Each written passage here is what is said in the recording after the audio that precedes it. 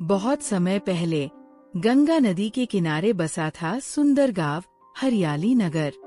इस गांव में रहते थे मेहनती किसान, दुकानदार और सभी लोग बड़े सीधे साधे थे। गांव में सबसे ज्यादा सम्मान पाने वाला था एक किसान राम सिंह।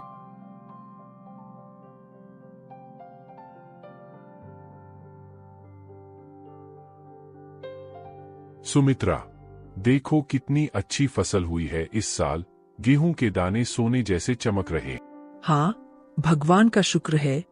आपकी मेहनत और ईमानदारी का फल मिला है। पापा, आप हमेशा कहते हैं कि मेहनत और सच्चाई से कमाया गया पैसा ही सुख देता है। बिल्कुल सही कहा बेटा। झूठ और धोखे से कमाया गया पैसा कभी टिकता नहीं। इसी समय शहर से आया एक व्यापारी मनोहर। उसके पास बहुत पैसा था, लेकिन वो धोखेबाज और लालची था। वह हमेशा लोगों को धोखा देकर अपना फायदा करता था।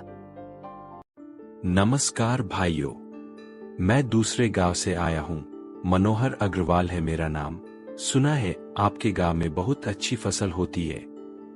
हाँ साहब, हमारे यहाँ की फसल बहुत अच्छी होती है। राम सिंह भाई सबसे अच्छे किसान हैं। मनोहर गांव घूमते घूमते राम सिंह के खेत तक पहुंच जाता है। तो आप है राम सिंह जी, आपकी बहुत तारीफ सुनी है। नमस्कार साहब, आइए बैठिए। क्या सेवा कर सकते हैं आपकी? मैं आपकी पूरी फसल खरीदना चाहता हूँ। नाम है मनोहर अग्रवाल। ये तो बहुत अच्छी बात है। आप क्या भाव देंगे? ये भोला भाला लगता है। इसे आसानी से बेवकूफ बनाया जा सकता है। मैं आपको बाजार से 50 रुपए ज्यादा दूंगा प्रति क्विंटल। बस एक छोटी सी शर्त है। पहले आप मुझे 50,000 रुपए एडवांस दे। ये मेरी कंपनी की पॉलिसी है। लेकिन साहब, खरीदार एडवांस देता है, बेचने वाला नहीं। अरे भाई, आप गांव के लोग हैं, शहर के तरीके नहीं जानते। बड़े व्यापार में यही होता है। मैं आपकी फसल का इंश्योरेंस भी करवाऊंगा। हाँ, अगर इंश्योरेंस हो जाए तो अच्छा है, लेकिन 50,000 रुपए तो बहुत ज्यादा है। ठीक है, आप जितना दे सके। 25,000 रुपए ही सही। ठीक है, मैं पहले अपने घर पर बात करके आपको बताता हूँ। राम सिंह अपने घर की ओर चल देता है।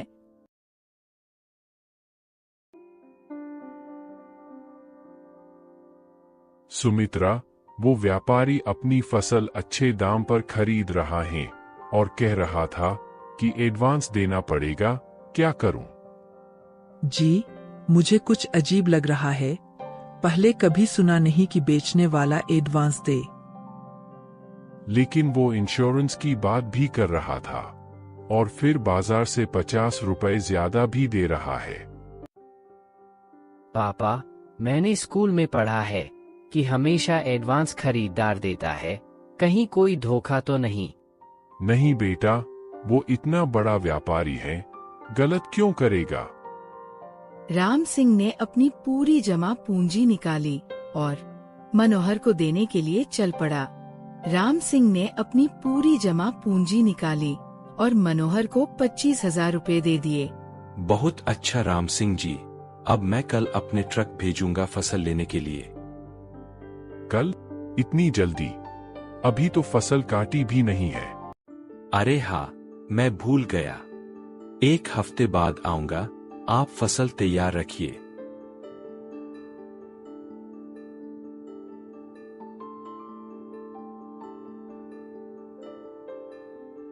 राम सिंह भाई, वो व्यापारी चला गया।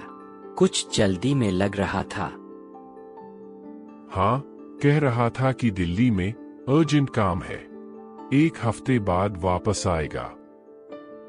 राम सिंह, मुझे उस व्यापारी पर शक है। उसकी आंखों में धोखा दिख रहा था।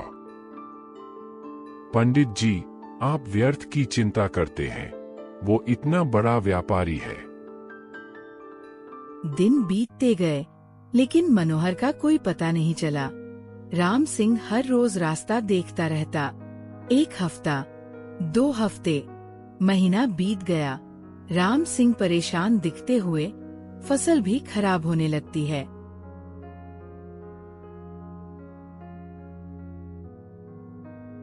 अभी तक वो व्यापारी नहीं आया।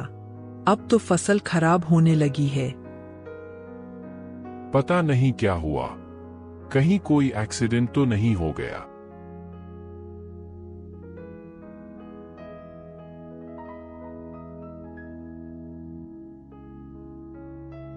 राम सिंह दूसरे व्यापारियों से मिलते हुए, राम सिंह भाई, आप कह रहे हैं कि मनोहर अग्रवाल नाम का व्यापारी दिल्ली में कोई ऐसा व्यापारी नहीं है। क्या मतलब?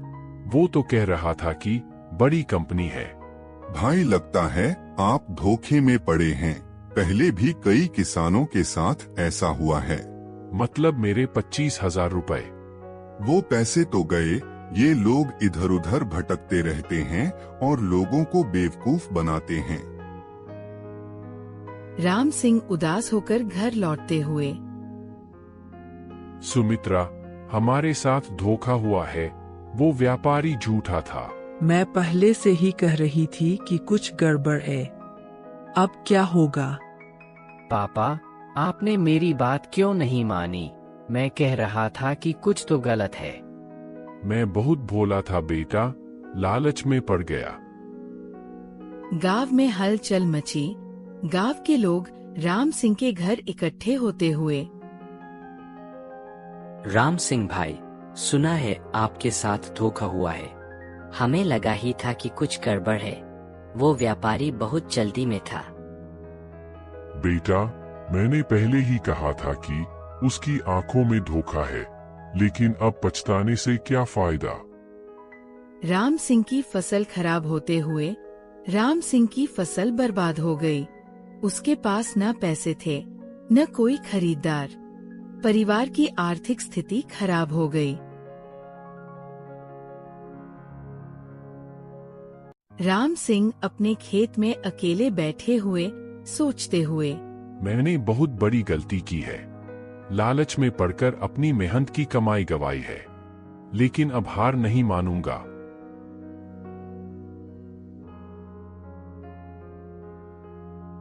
पापा, आप परेशान मत होइए।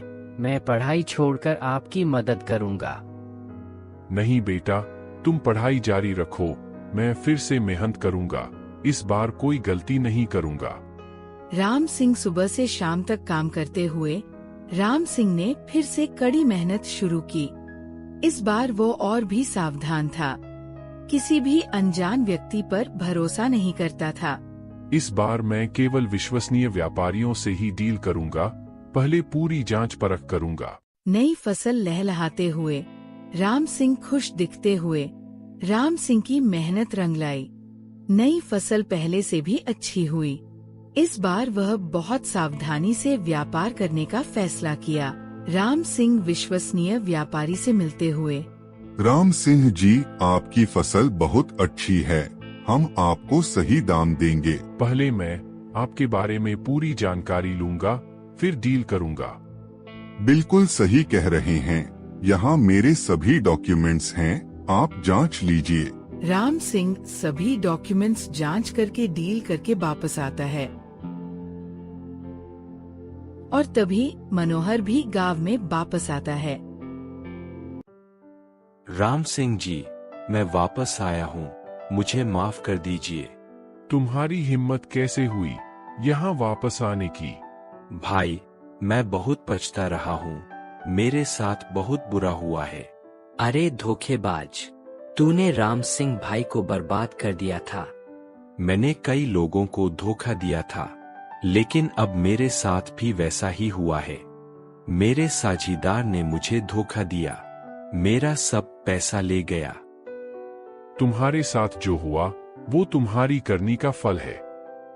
मैं जानता हूँ। मैं आपको आपके पैसे वापस करना चाहता हूँ।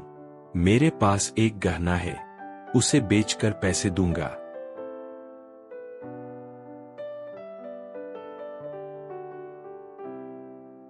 सुनिए, इसकी हालत देखिए। शायद सच में पछता रहा है। मैं जानता हूं कि इसने मुझे धोखा दिया है, लेकिन अगर मैं इसे माफ नहीं करूंगा तो मेरे और इसमें क्या फर्क रहेगा।